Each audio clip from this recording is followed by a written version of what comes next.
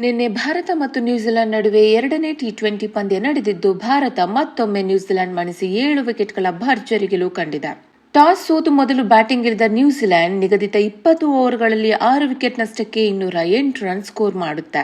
209 ರನ್ಗಳ ಗುರಿ ಬೆನ್ನತ್ತಿದ ಭಾರತ 15.2 ಓವರ್ಗಳಲ್ಲೇ 209 ರನ್ಗಳನ್ನು ಗಳಿಸಿ ಇನ್ನೂ 28 ಬಾಲ್ ಉಳಿಸಿಕೊಂಡು 7 ವಿಕೆಟ್ಗಳಿಂದ ಭರ್ಜರಿ ಜಯ ಸಾಧಿಸಿದೆ. ಆದರೆ ಭಾರತಕ್ಕೆ ಆರಂಭದಲ್ಲೇ ಆಘಾತ ಎದುರಾಗುತ್ತೆ. ಯಾಕಂದ್ರೆ ಸಂಜು ಸ್ಯಾಮ್ಸನ್ ಮತ್ತು ಅಭಿಷೇಕ್ ಶರ್ಮಾರ ವಿಕೆಟ್ ಅನ್ನು ಭಾರತ ಕಳೆದುಕೊಳ್ಳುತ್ತೆ. ನಂತರ ಕ್ರೀಸ್ಗಿಳಿದ ಇಶಾನ್ ಕಿಶನ್, ಸೂರ್ಯಕುಮಾರ್ ಯಾದವ್ ಮತ್ತು ಶಿವಮ್ ದುಬೆ ಅವರ ಅದ್ಭುತ ಬ್ಯಾಟಿಂಗ್ ಇಂದ ಭಾರತ ದಾಖಲೆಯ ಗೆಲುವು ಕಂಡಿದೆ. ಇನ್ನು ಇಶಾನ್ ಕಿಶನ್ 32 ಎಸೆತದಲ್ಲಿ 76 ರನ್ಗಳ ಕೊಡುಗೆ ನೀಡಿದರೆ ನಾಯಕ ಸೂರ್ಯಕುಮಾರ್ ಯಾದವ್ ಔಟ್ ಆಗದೆ 37 ಬಾಲ್ಗಳಲ್ಲಿ 82 ರನ್ ಗಳಿಸಿದ್ರು.